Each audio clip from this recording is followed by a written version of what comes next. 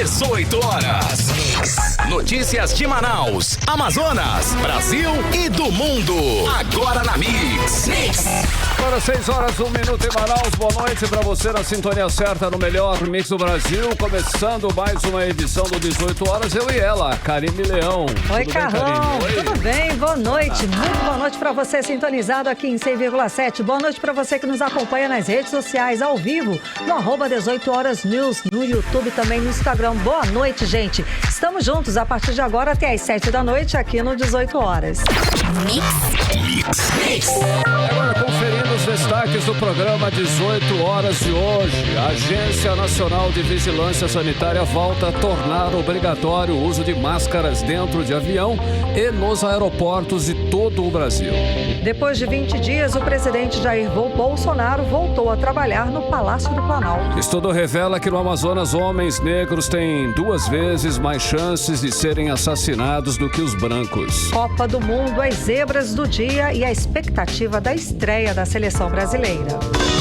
Agora 6 horas, 2 minutos, você no melhor Mix do Brasil, começando mais uma edição do 18 horas. Hoje é quarta-feira, 23 de novembro de 2022 e você está conferindo os destaques do dia aqui no melhor Mix do Brasil. 18 horas. Olha só, a Copa do Mundo do Catar continua surpreendendo e muito, hein? Depois da zebra da Arábia Saudita, que venceu de virada por 2-1 a Argentina, desta vez foi o Japão, hein? O Japão virou e venceu em cima da poderosa Alemanha, aquela do inesquecível 7-1 contra o Brasil. Depois de sair perdendo por 1-0, os japoneses foram para cima, Karime e ouvintes, e fizeram 2 gols, um resultado improvável e surpreendente, Karime. Pois é, Carlão, é surpreendente e emocionante, porque vencer de virada, né, dá aquele gostinho especial. A virada veio depois de um primeiro tempo totalmente dominado pelos alemães. Mas como o futebol, quem não faz leva, né, gente? No segundo tempo, com algumas substituições, o Japão equilibrou o jogo, foi pra cima e no contra-ataque fez os 2 gols que garantiram essa vitória histórica. A Alemanha, mais uma grande favorita ao título, que cai na estreia. Quem diria, Karime Leão, Japão vencendo a Alemanha. E agora à tarde a Espanha massacrou a fraca seleção da Costa Rica, inclusive um jogaço. Aplicou uma goleada de 7-0. No outro jogo, a Croácia empatou em 0-0 com o Marrocos e a Bélgica venceu o Canadá por 1-0. Bom, e mesmo diante de tantas surpresas, a expectativa é de muito otimismo para a estreia da seleção brasileira amanhã, às 3 da tarde, horário de Manaus. O técnico Tite não confirmou a escalação com 4 atacantes, divulgada ontem pela imprensa e também aqui pela gente, aqui no 18 horas. Karime, o Tite, ele comandou hoje o último treino antes da estreia e mais uma vez limitou o acesso da imprensa e não mostrou a escalação que vai jogar a partir da manhã. Os jornalistas puderam acompanhar apenas os primeiros 15 minutos de atividade de aquecimento no estádio Grande Hamad. O time titular continua sendo um mistério. Nesta quarta-feira, na primeira entrevista, desde a seleção começou a preparação para o Mundial, o técnico Tite justificou que o ministério sobre aí os 11 titulares é para não fornecer informações que possam ajudar o adversário. E ele tá certo, né, Karime? Se nenhum imprevisto acontecer, o Brasil vai a campo contra a Sérvia com Alisson, Danilo, Marquinhos, Thiago Silva e Alexandro, Casimiro e Lucas Paquetá, Rafinha, Richarlison, Neymar e Vini Júnior. E mesmo não sendo feriado, o Brasil vai parar para assistir a esse jogo contra a Sérvia. Empresas, repartições públicas, escolas, comércio e até bancos vão funcionar em horário especial para permitir que todos acompanhem o jogo pela TV. Bom, e como manda já a tradição do brasileiro, tudo regado a churrasco e cerveja, Karime, que são os combustíveis aí dos torcedores que se reúnem com amigos em casa ou em lugares especiais, como as tradicionais ruas da Copa, para assistir aí aos jogos, né, e assistir especialmente amanhã o jogo de estreia do Brasil, Karime. E neste ano, a Arena da Amazônia e o Porto de Manaus também são algumas opções. Você já sabe onde é que vai assistir aos jogos da seleção e torcer pelo Hexa? Não? Então confira agora na matéria da Nathalie Moraes. A contagem regressiva para o Hexa está para começar. O Brasil estreia na Copa do Mundo contra a Sérvia nesta quinta-feira em um encontro válido pela primeira rodada da fase de grupos. A seleção do técnico Tite chega para esse duelo com a moral lá em cima dentro de campo. Neymar, Vinícius Júnior e Rodrigo e companhia sabem que chegam a essa competição sob pressão da torcida. Confiante, o alpinista Ederson Sobral se diz otimista para o Hexa. Todo brasileiro que acompanha a seleção está confiante nesse momento. Então, a expectativa é a melhor possível. A gente acredita muito no Neymar, no Vinícius Júnior, no Rodrigo. E eu tenho quase certeza que o Hexa vem dessa vez. O Brasil é o único país que disputou todas as Copas já realizadas. A seleção brasileira esteve presente nas 21 edições anteriores do Mundial e agora chega para sua 22ª Copa. Mas há quem esteja com um pé atrás na nossa seleção, como é o caso do economista Hermes Carvalho. Eu não estou muito esperançoso com esse hexacampeonato. Eu ainda estou meio com o pé atrás, gravando esse áudio antes do primeiro jogo. Eu gostaria muito de primeiro sentir esse primeiro jogo, ver o comportamento, já que também tem muitos jogadores que vão pisar num gramado de Copa do Mundo pela primeira vez. E lógico, a camisa pesa e o evento também pesa. Tá aí a Alemanha, tá aí a Argentina, que no primeiro jogo da primeira rodada da Copa do Mundo perderam de virada para a Arábia Saudita e para o Japão. É isso. E agora, no primeiro Mundial após a pandemia de Covid-19, 4 anos e meio de espera, a expectativa da jornalista Joyce Dácio é que o amor verde e amarelo comece pelos pequenos. Eu e minha família estamos torcendo pelo Brasil com uma expectativa muito positiva sobre os jogos e o próprio clima que a Copa traz para o país, né? Esse clima de festa, de união, isso é muito bom. E para quem tem filho pequeno, como eu, já estão entrando nesse clima, né? Pela primeira vez estão percebendo que tudo está girando em torno da Copa. Isso também é importante para as crianças, valorização, né? De um esporte que mexe com todo mundo. Mas você já sabe onde vai assistir aos 7 jogos caso o Brasil chegue até a final e torcer pelo Hexa? Em Manaus, há várias opções. Uma delas é o Porto de Manaus, onde será realizado o Manaus Song Fest. O evento, que terá entrada gratuita, conta com a participação de 28 atrações musicais locais, praça de alimentação e uma mega estrutura com um dos maiores telões do norte do país. A Arena da Amazônia também transmitirá os Jogos do Brasil. O estádio vai contar com um telão, shows, praça de alimentação e espaço kids. A entrada também é gratuita. Os portões serão abertos 2 horas antes do início do jogo. Outra opção é o complexo turístico da Ponta Negra. No local, um telão será colocado no palco do anfiteatro, que é capaz de comportar mais de 30 mil pessoas na arquibancada. E é uma boa dica para quem gosta de agito. Outra opção são as ruas da Copa, que vão transmitir simultaneamente os jogos. As ruas da Copa são um novo atrativo turístico-cultural aqui de Manaus. A expectativa da Manaus Cult é que mais de 800 mil pessoas passem pelas 5 ruas. As ruas da Copa são a Rua 24 de Agosto, no Morro da Liberdade, Rua Professora Isaura Barroncas, no Alvorada, e Rua 3, também no Alvorada, na Zona Oeste. Outra opção é a Rua Capitão Francisco Falcão, no São José 1, na Zona Leste, e a Rua Santa Isabel, na Vila da Prata, Zona Oeste da cidade. Gostou dos nossos palpites e dicas? Então é hora de torcer pelo Hexa da nossa seleção. Nathalie Moraes para o 18 horas. Você está ouvindo 18 horas. 6 horas 10 minutos, você no melhor Mix do Brasil, conferindo os destaques do dia. Mais uma edição do 18 horas para você. Olha só, amanhã, quinta-feira, dia do Jogo do Brasil, a Prefeitura de Manaus vai reforçar aí a frota de ônibus, hein, Karine? Exatamente. Como alguns trabalhadores vão ser liberados mais cedo nos dias do Jogo do Brasil, dos Jogos do Brasil, a orientação é colocar 30% a mais de ônibus nesses dias para que ninguém fique sem torcida. torcer pela seleção. Vamos aos detalhes agora com Rodrigo Soares. Em dias de jogos da seleção brasileira, as repartições públicas e parte do comércio vão fechar mais cedo para que os trabalhadores possam assistir aos jogos da Copa. Isso significa um aumento no volume de passageiros nas horas que antecedem aos jogos. Por esse motivo, o Instituto Municipal de Mobilidade Urbana decidiu reforçar o serviço de transporte público nos dias de jogos do Brasil.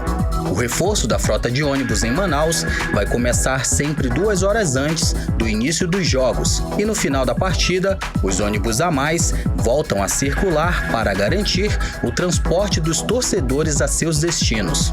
A confirmação é da chefe de divisão de transporte coletivo do Instituto Municipal de Mobilidade Urbana, Eliette Miranda Caldeira. De acordo com ela, será a mesma estrutura usada nos horários de rush da capital.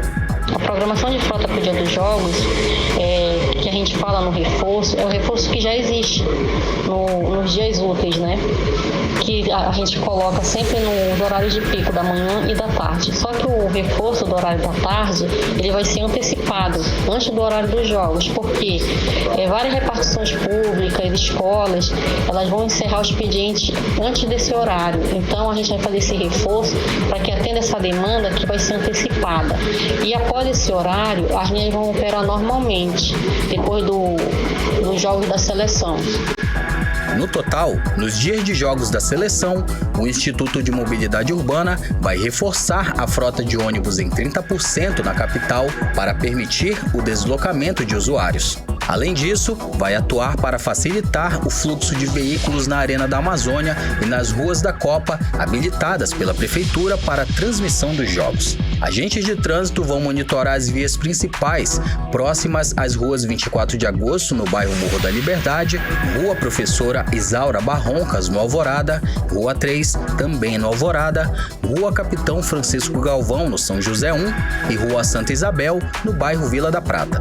Os agentes de trânsito também vão atuar diretamente na Arena da Amazônia, onde os jogos serão transmitidos em um telão instalado no espaço. Os locais indicados para estacionamento de quem vai acompanhar os jogos na Arena são as avenidas do Samba e Belmiro Vianês. Rodrigo Soares para o 18 horas. Você está ouvindo 18 horas.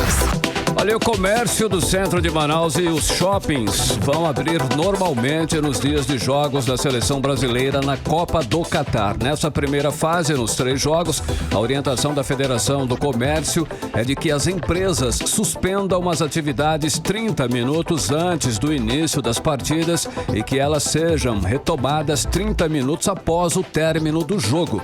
Mas isso vai ficar a critério de cada lojista. Exato, Carlão. Nos shoppings vai acontecer o seguinte: o Amazonas e o Ponta Negra vão funcionar normalmente, sem interrupção durante o horário dos jogos.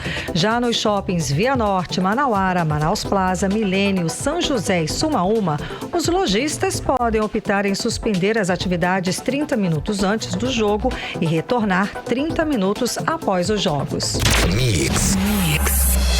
Olha, com o aumento dos casos de Covid em todas as regiões do país, a Agência Nacional de Vigilância Sanitária aprovou nesta terça-feira a volta do uso obrigatório de máscaras dentro de avião e em aeroportos de todo o Brasil. A medida entra em vigor a partir desta sexta-feira, dia 25. A proteção contra a Covid-19 deixou de ser exigida em agosto deste ano, quando o uso passou a ser apenas uma recomendação. O objetivo desta medida é reduzir o risco de contágio da doença, considerando o aumento de casos. A média móvel aumentou 71% nas primeiras semanas do mês de novembro. Novembro agora no país, no Brasil. Rodrigo Soares explica mais sobre a volta da determinação. A decisão é resultado de uma reunião extraordinária realizada na noite desta terça-feira. A Anvisa, Agência Nacional de Vigilância Sanitária, considerou o atual cenário epidemiológico do país. Para se ter uma ideia, o Brasil voltou a registrar mais de 100 mortes por dia por conta da Covid. Além disso, a média móvel de novos casos da doença no país passou de 18 mil pela primeira vez após 77 dias. Por isso, a Anvisa decidiu pelo retorno da obrigatoriedade do uso de máscaras em aeroportos e aviões. A decisão, segundo a médica infectologista Ana Galdina Mendes, é correta. Para ela, está na hora de toda a população, por precaução, voltar a usar as máscaras. Diante desse cenário de novos casos, as medidas que a gente tem para otimizar essa prevenção é o quê? É o uso de máscara. Então é muito acertado o retorno da obrigatoriedade do uso de máscara em ambientes fechados, como por exemplo em aeroportos e em aviões. E aí vale para a gente também, enquanto comunidade, para a gente realmente se atentar para isso. Então, assim, a gente vai ficar exposto num ambiente mais fechado, mesmo se aquele ambiente não tem essa obrigatoriedade do uso de máscara, é importante. Por quê? Porque a gente está tendo um aumento de circulação do vírus. A médica lembra que a necessidade do uso não será permanente, mas nesse momento é importante porque o vírus está circulando mais e as máscaras servirão como barreira para o vírus, principalmente em locais fechados. Lembrando que está chegando a questão de final de ano. Em final de ano a gente tem aquelas reuniões familiares, reuniões de trabalho. E aí essas reuniões, elas propiciam que se tenha uma circulação de um vírus maior. Então, até para a gente ter um cuidado nessas reuniões, a gente fala assim que se puder evitar sempre, né? Não estamos num momento ideal para isso, mas se tiver que acontecer, que ele aconteça em segurança, e aí a gente reforça que uma das medidas de segurança é sim o uso de máscara.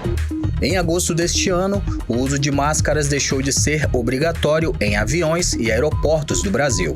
Agora, o uso de máscaras volta a ser obrigatório em todos os aeroportos e aviões do país a partir desta sexta-feira, dia 25. Rodrigo Soares para o 18 horas. Você está ouvindo 18 horas. E o boletim Covid-19 de hoje, aqui do estado do Amazonas, traz o diagnóstico de 213 novos casos da doença, totalizando 622.806 o total de casos aqui no estado do Amazonas desde o início da pandemia.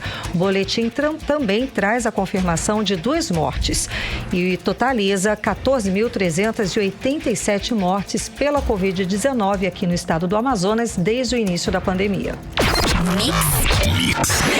Agora em Manaus, 6 horas e 18 minutos, vamos para Brasília, vamos saber sobre os assuntos da capital com o nosso correspondente, jornalista Carlos Eduardo Matos. Cadu, depois de 20 dias recluso, o presidente Jair Bolsonaro voltou a despachar hoje no Palácio do Planalto. Boa noite, Cadu. Então, como é que foi aí esse dia? Bolsonaro voltou a despachar direto, falou com a imprensa. Como é que foi esse dia depois desse tempo aí de reclusão, Cadu? Boa noite. Tá naquele ritmo de Zeca Pagodinho. É devagar, devagar, devagarinho, Karime. Boa noite pra você, boa noite, Carlão. Boa noite, ouvintes do programa 18 horas e a todos que nos assistem ao vivo. Karime Bolsonaro finalmente acordou, né? Após um hiato de 20 dias de silêncio e de reclusão no Palácio do Alvorada. Nesse tempo, ele sofreu com problemas de saúde, né? Principalmente a erisipela na perna direita, que a gente falou, e o forte quadro depressivo após a derrota nas urnas. Bolsonaro, ele estava inalcançável praticamente, né? Ele se manteve afastado das redes sociais nesse período. A equipe de comunicação dele manteve a programação de postagens nas redes sociais, mas com conteúdos de tom enigmático, né, Karime? Tipo, vídeo com diversas imagens dele olhando para o relógio, né, vendo as horas, carregando a bandeira do Brasil, conversando com as pessoas, fazendo motociata, enfim. Mensagens aí subliminares que mantiveram viva a esperança dos bolsonaristas que contestam o resultado das eleições. E respondendo a sua pergunta, Karime, Bolsonaro está, sim, despachando do Palácio do Planalto mas ainda não está cumprindo a agenda oficial. Por enquanto, a agenda do presidente da República segue vazia. Nos bastidores, a informação é de que Bolsonaro já está focado em 2024. Quando deixar a presidência da República, ele vai assumir o cargo de presidente de honra do Partido Liberal. Com um orçamento aí de 4 milhões de reais, ele vai viajar pelo Brasil inteiro para apoiar as futuras candidaturas a prefeito. Então, a intenção é formar uma frente ampla nos municípios e compor uma base política sólida para 2023, porque Bolsonaro, com certeza, deve se recandidatar. E, Karime, um detalhe importante. Bolsonaro voltou à ativa depois de uma reunião, um café da manhã, que ele teve hoje com o ministro Ciro Nogueira, da Casa Civil, o principal mandatário do Centrão, né? O senador Flávio Bolsonaro, filho dele, o 01, e o presidente do PL, Valdemar da Costa Neto. Dessa reunião, renasceu Bolsonaro. E após esse encontro, Valdemar da Costa Neto chamou a imprensa novamente para falar de novo da ação que ele apresentou ao TSE contestando o resultado do segundo turno das eleições presidenciais. Só que dessa vez, Karime, Costa Neto admitiu que não há provas que refutem as eleições. Por isso, a intenção do partido e do presidente Bolsonaro, segundo ele, não é realizar novas eleições. Vamos ouvir um trecho da fala de Valdemar da Costa Neto nessa nova coletiva de imprensa. Vamos ouvir. Nós estamos discutindo a história do Brasil, porque a soma das urnas novas, que tem todo o cadastro, dá uma vitória o presidente Jair Bolsonaro de 1.078.000 votos, se não forem consideradas as urnas que têm indícios. Não pode haver dúvidas sobre o voto. Não se trata de pedir outra eleição, de fazer outra eleição, não tem sentido, é um negócio que envolve milhares de pessoas. Então é uma loucura. Só o PL nós tínhamos 2.000 candidatos, eu imagino que os outros partidos também. Isso são mais de 30.000 pessoas. E além de atingir a vida dos senadores, dos governadores e tudo mais. Quer dizer, nunca nós tivemos essa intenção. A intenção nossa é essa. Nós estamos discutindo não a eleição, estamos discutindo a história do Brasil. Como vamos viver com o fantasma da eleição de 2022? 18 horas. A gente acompanhou parte da fala do presidente nacional do Partido Liberal, Valdemar da Costa Neto. Cadu, mas ele está questionando esse fantasma das eleições, mas não do primeiro turno, que elegeu na maioria aí dos candidatos do PL, né? Exatamente, Karime.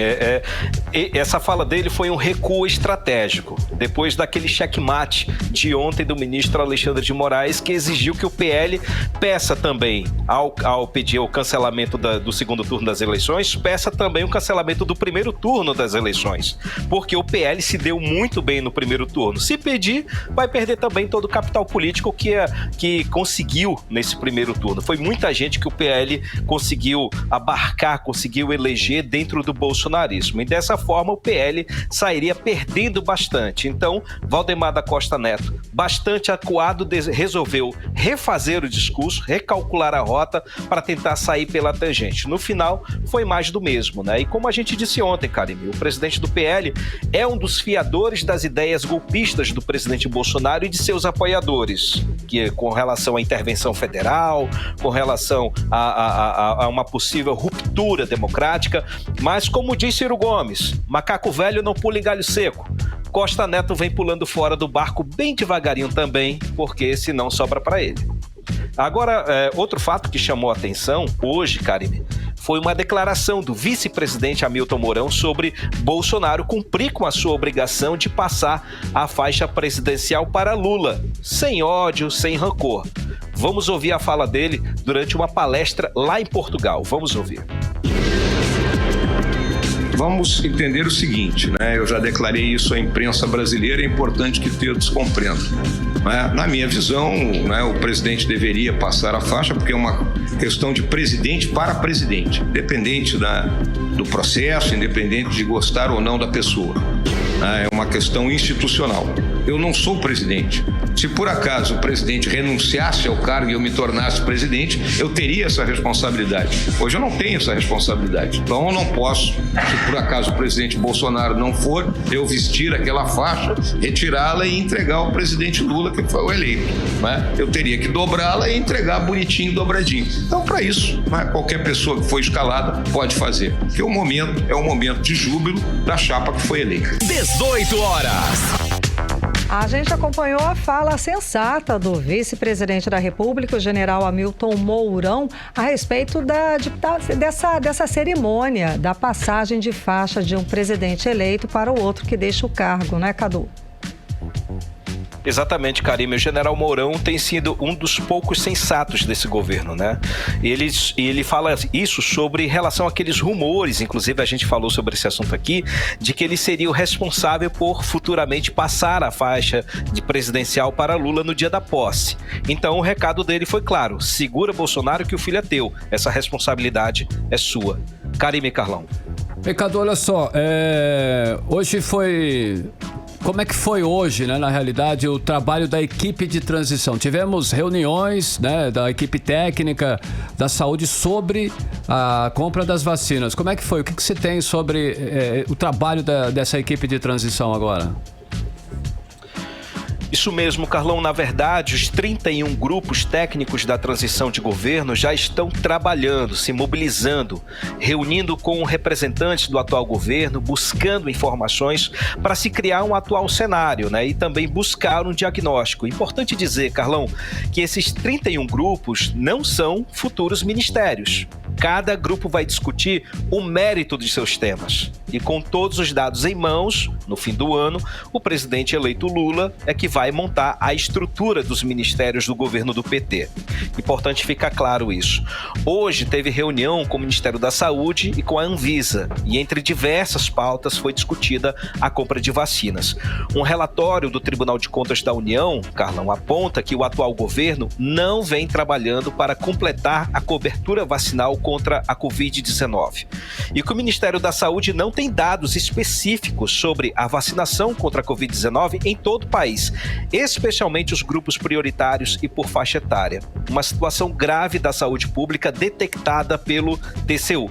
Lembrando que hoje, juntando com a informação de Karime, foram registradas 117 novas mortes por Covid-19 no Brasil. Também teve reunião com os setores da segurança pública.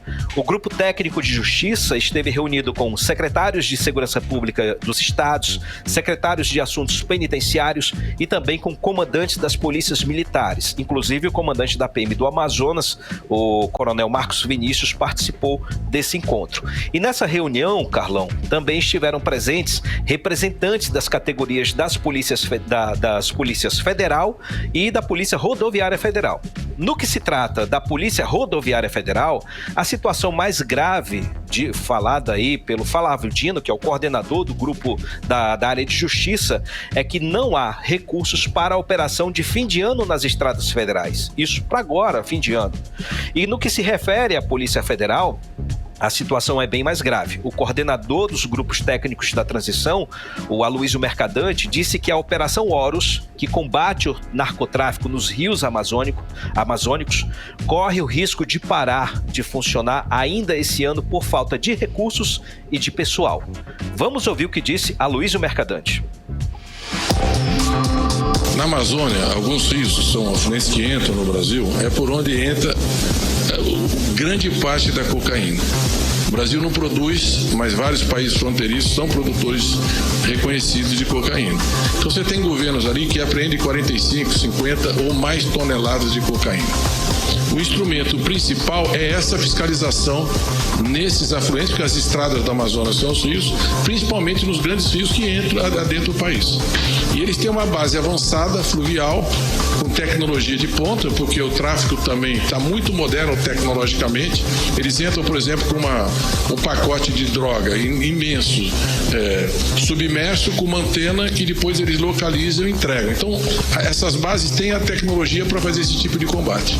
Bom, o governo simplesmente cortou a diária. Não tem como botar os técnicos e os policiais que estão na linha de frente, e é um trabalho interpolicial, Polícia Civil, Militar, Polícia Federal, é um conjunto de forças que atuam, que estão sem os recursos para manter o sistema.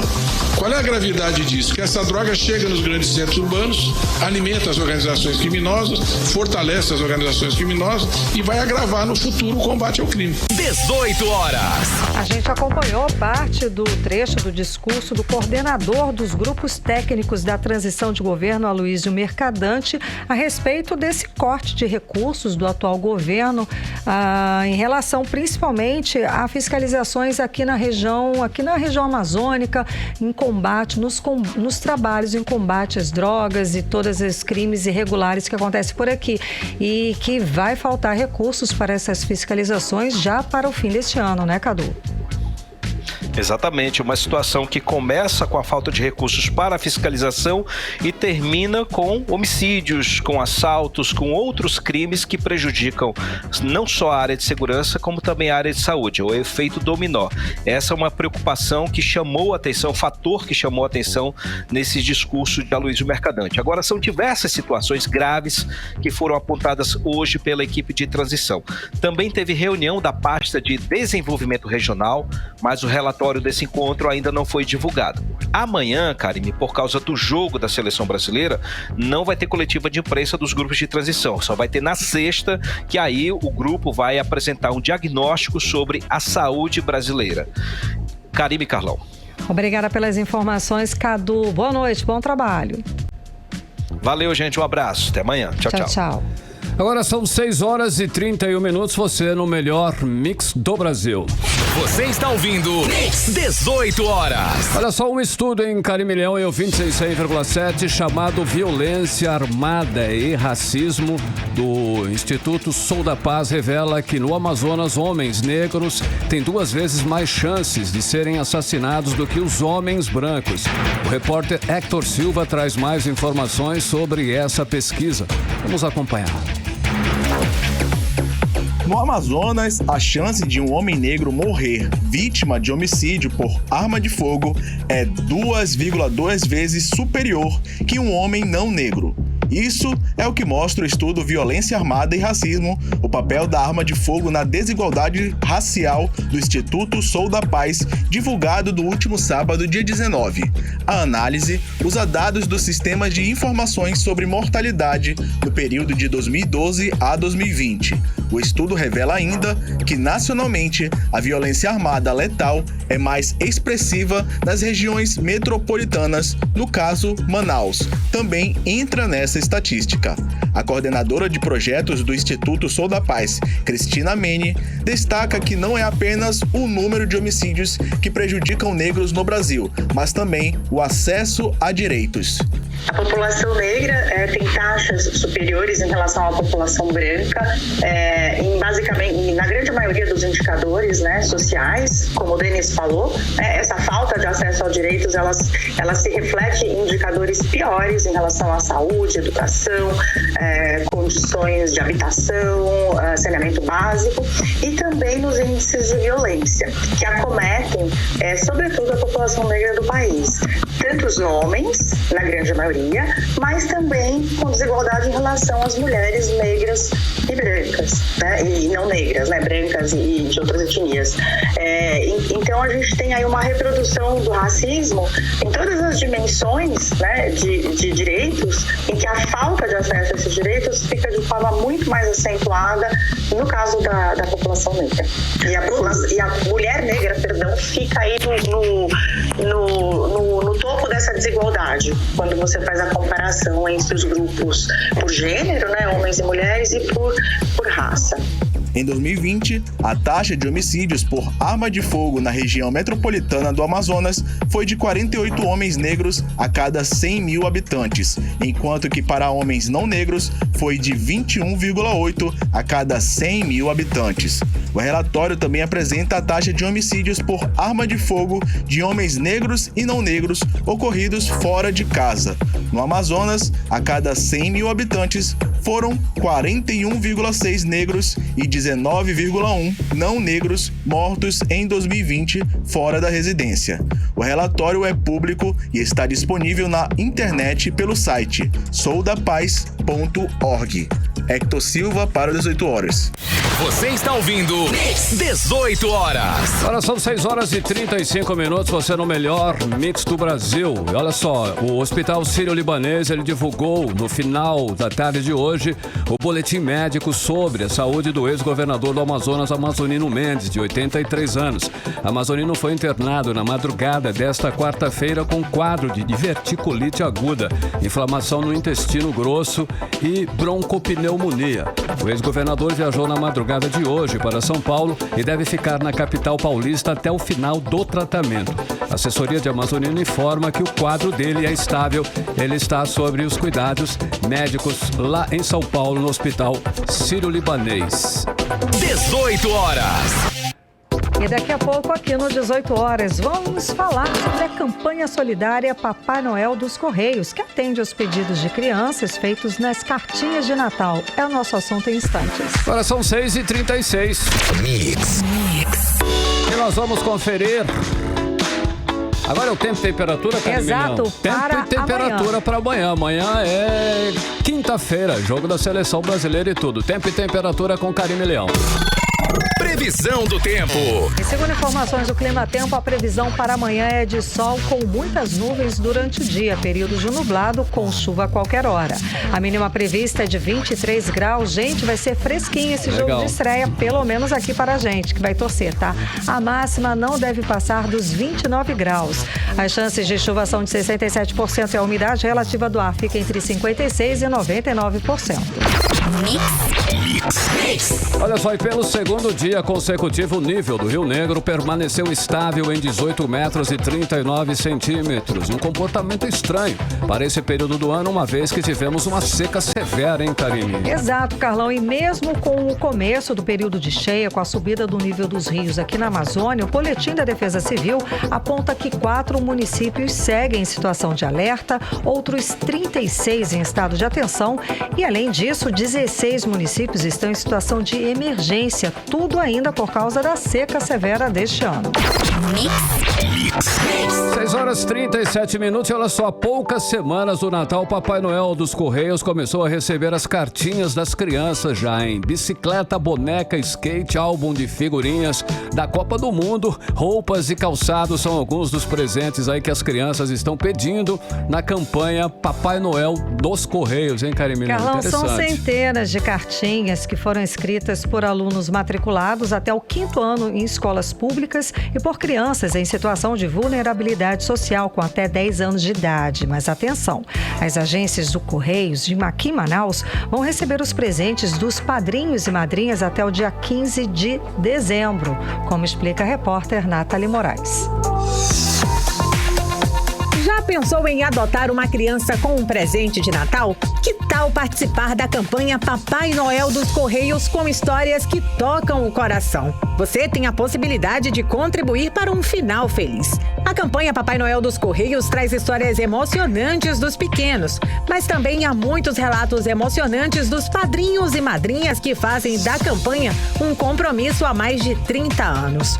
O superintendente estadual dos Correios, Elias Vieira, explica que as cartinhas podem ser adotadas em qualquer agência dos Correios ou até mesmo de forma virtual. Olha, ela pode ser adotada de várias maneiras, né? Pode ser via tema ou presencialmente mesmo. O padrinho chega a uma unidade, né? Toma consciência das cartas, olha as cartas que estão disponíveis a serem adotadas. A partir daí ele escolhe aquela que lhe interessa, né? Que lhe comove, que lhe chama a atenção. E a partir daí ele prepara o presente, traz o presente e entrega numa das nossas unidades. A campanha Papai Noel dos Correios nasceu da iniciativa de alguns empregados que, durante a rotina de trabalho, recebiam cartinhas escritas por crianças destinadas ao Papai Noel.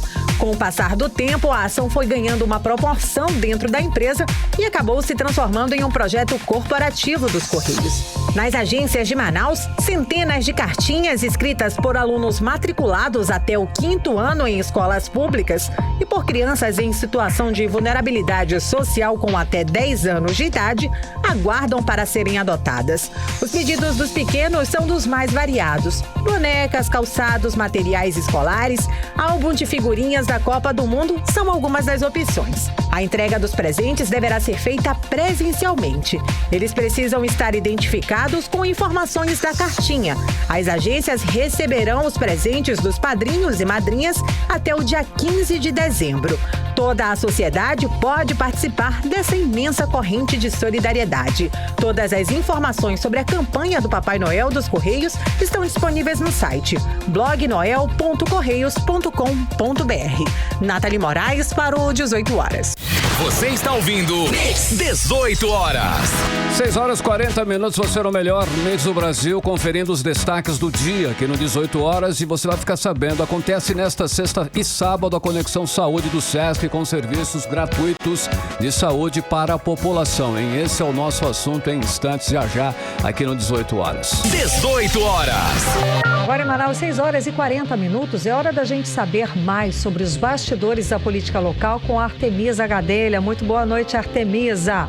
Então, o nome do candidato do prefeito Davi Almeida à presidência da Câmara Municipal de Manaus continua indefinido. É isso mesmo, Artemisa? Boa noite. Isso mesmo, Karime, continua indefinido. Oficialmente não foi batido o martelo, mas o nome do vereador Caio André, que é líder do governador Wilson Lima na Câmara, se fortaleceu nesta quarta-feira, viu? Ele participou, inclusive, de uma reunião com o prefeito de Manaus, Davi Almeida. Boa noite para você, boa noite, Carlão, boa noite a todos que acompanham o programa 18 horas. A reunião foi a portas fechadas, nem o prefeito Davi Almeida, do Avante, nem o vereador Caio André, do PSC, retornaram o contato. Eu entrei em contato com eles, mas até o fechamento dos não responderam os resultados. Mas a forma de indícios daí que o ex-secretário do Poder seja o indicado do prefeito à eleição à presidência da Câmara Municipal de Manaus. A tentativa aí de mudança do regimento interno da Câmara, da LOMAN, que é a lei orgânica do município, para reeleger o atual presidente da casa, Davi Reis, mesmo partido do prefeito, não deu certo. O vereador Rodrigo Guedes, do Republicanos, inclusive comentou aqui no 18 horas que, teoricamente, não há mais tempo hábil, para fazer essas mudanças. Inclusive, o presidente Davi Reis sumiu do Parlamento Municipal. Pelo menos, ele não tem sido visto nas sessões plenárias, Quem presidiu mais uma vez hoje foi o vereador Wallace Oliveira, do PROS, que é vice-presidente da Câmara e esteve no comando das sessões durante esses 2 anos de gestão, mais vezes que o próprio presidente Davi Reis. Sobre os comentários que o vereador Wallace seria o indicado do prefeito, ele reafirmou que não é candidato à presidência. Outra possível manobra que teria dado errado seria a escolha do atual secretário municipal de Cultura, Alonso Oliveira, que é suplente, Mas como nós comentamos ontem, para isso o vereador Wanderley Monteiro, do Avante, teria que renunciar ao mandato. Então foi mais uma manobra que não deu certo.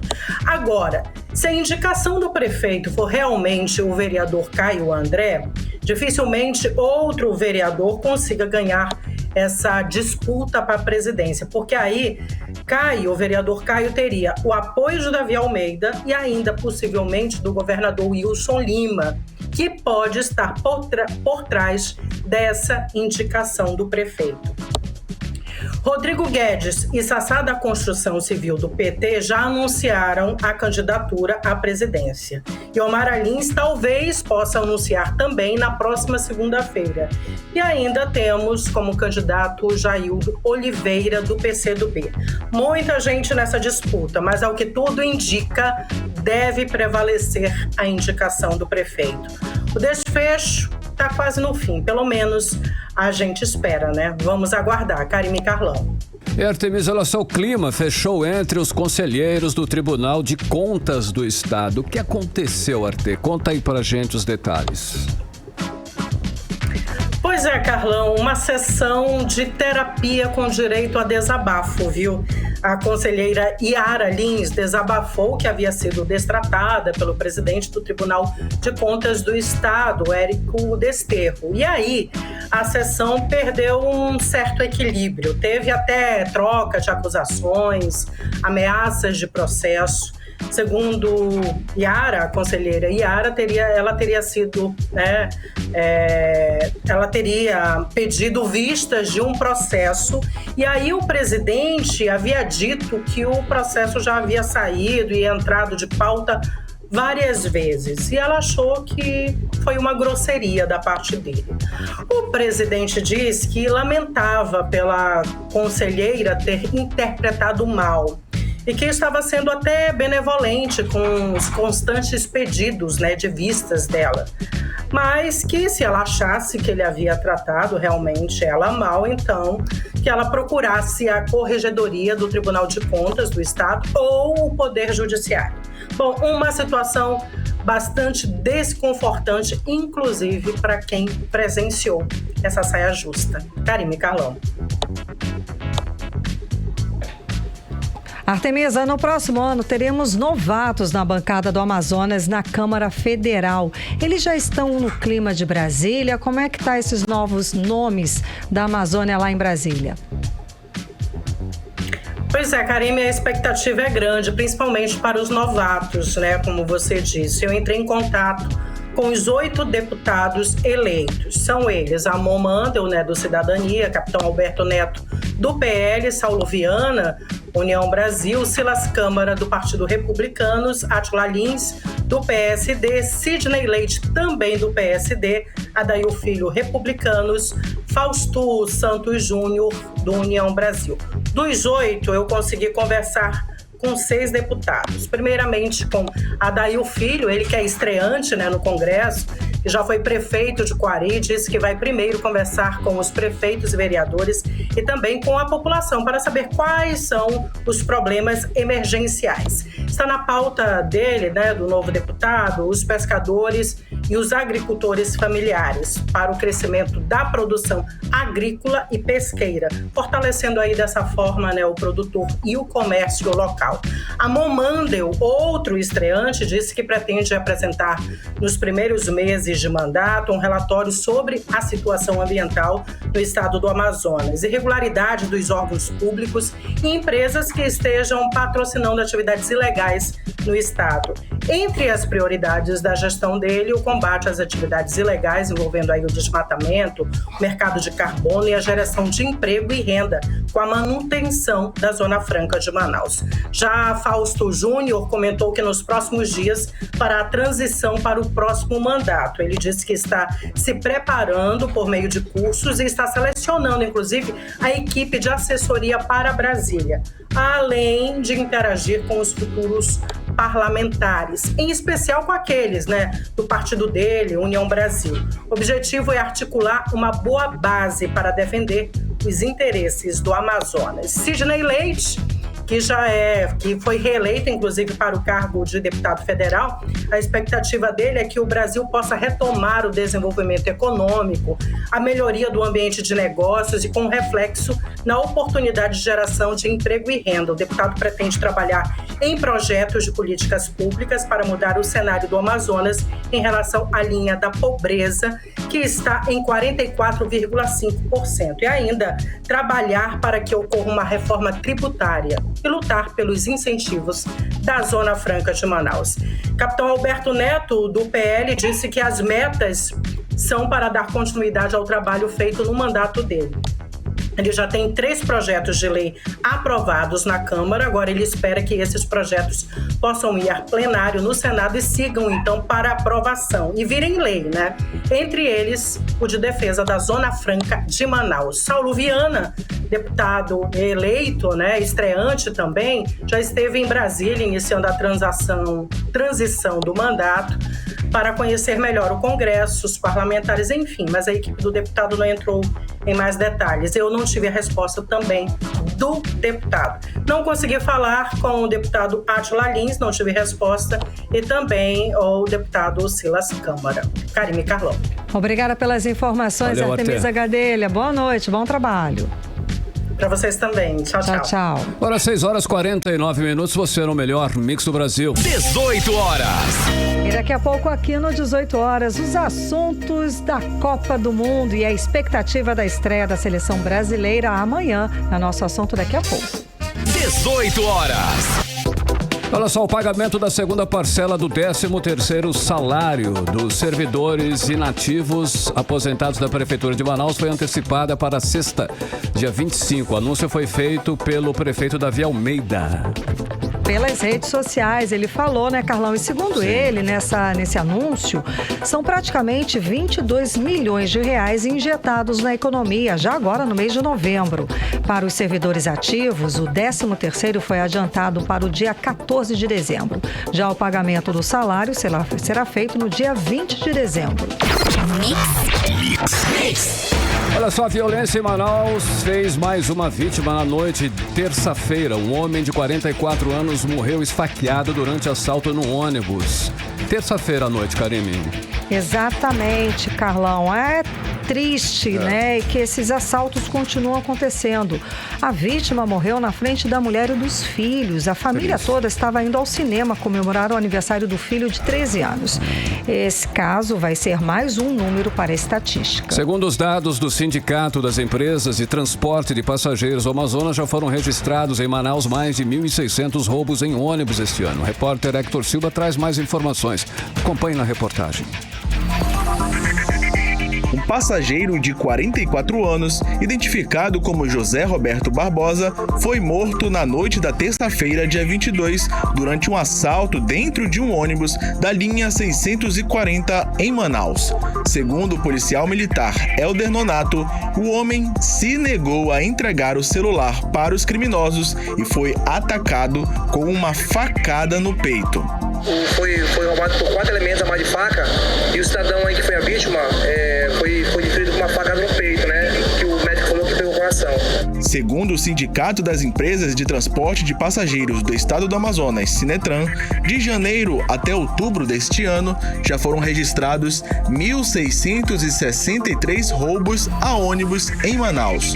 O roubo que gerou a morte de José Roberto Barroso ainda irá entrar para essa estatística. De acordo com Sérgio Fontes, secretário municipal de Segurança Pública e Defesa Social, um planejamento está sendo feito para inibir esses assaltos em Manaus. A Guarda Municipal, ela não tem atuação policial, né? Ela não tem atuação na busca do crime. Isso foge das atribuições dela. A Guarda protege bens, serviços e patrimônio da prefeitura. No entanto, a gente tem sim um planejamento para melhorar a segurança, porque o ambiente de terminal de ônibus é um ambiente da prefeitura.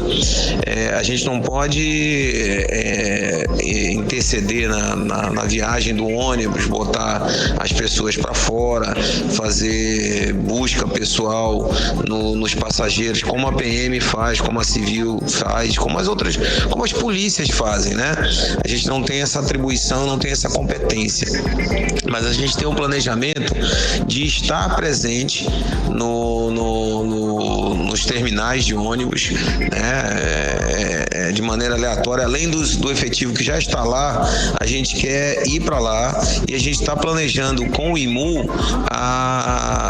uma maneira de estruturar melhor os terminais para que a gente possa fazer a vigilância mais efetiva de lá, ou seja, o acompanhamento do embarque e desembarque nos terminais. E isso vai dar sim mais segurança, até porque a gente pretende também movimentar um setor de inteligência para pegar as informações que os guardas eventualmente colhem lá no terminal, para poder identificar, ainda que a gente tenha que passar essas informações para a Polícia Militar, para ela poder fazer revistas, a gente está implementando um setor de inteligência para fazer a compilação de todas essas informações. Às vezes o guarda tem a informação, mas não tem para quem passar.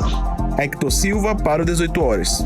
Você está ouvindo 18 horas. Olha só, o Sesc Amazonas promove nesta sexta e sábado aqui em Manaus a primeira edição do Conexão Saúde. O evento acontece no Shopping Cidade Zona Leste. Detalhes com a repórter Nathalie Moraes. O Sesc Amazonas promove nesta sexta e sábado a primeira edição do Conexão Saúde no Shopping Cidade Leste em Manaus. Durante o evento serão ofertados diversos serviços de saúde gratuitamente para a população. A enfermeira do projeto Sesc Saúde, Marcele Xícharo, afirmou que o programa tem o objetivo de sensibilizar a população sobre a importância do cuidado com a saúde e estimular a atividade física para prevenir algumas doenças. Onde serão ofertados diversos serviços de saúde de forma gratuita. Toda a programação será realizada das 13 às 17 no Shopping Cidade Leste, que fica localizado na Avenida Altais Mirim. Nós teremos profissionais de saúde do Sesc Amazonas, SEIB Medicina Diagnóstica e SENAC, realizando serviços de aferição da pressão arterial, teste de glicemia, realização de bioimpedância, cálculo do índice de massa corporal, ventosa terapia, alongamentos, liberação miofacial, corte de cabelo masculino, barba e esmaltação.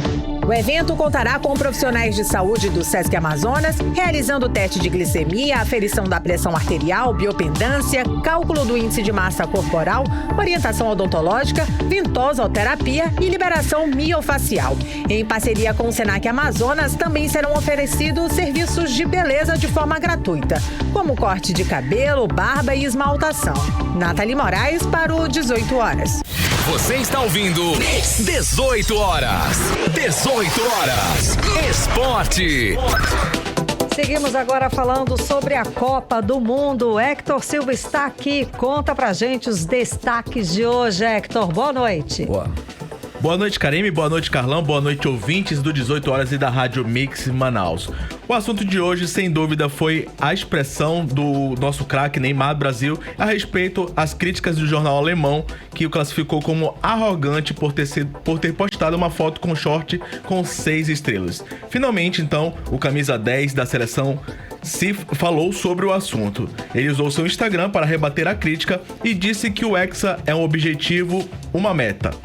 As aspas dele foram as seguintes, Karime: sonhar, almejar e colocar seu objetivo como prioridade não é menosprezo aos seus rivais e sim uma meta para você ir em busca. Amanhã começa a nossa luta pelo Hexa. Vamos que vamos, fecha as aspas. Escreveu o camisa 10 do Brasil. E o outro assunto também que ganhou destaque foi o resultado de alguns jogos, né? Que tivemos hoje e ontem. No caso da Argentina, que perdeu da Arábia Saudita por 2-1, e o Japão, que ganhou de virada da seleção que ganhou o jogo de hoje, né? De virada da seleção alemã.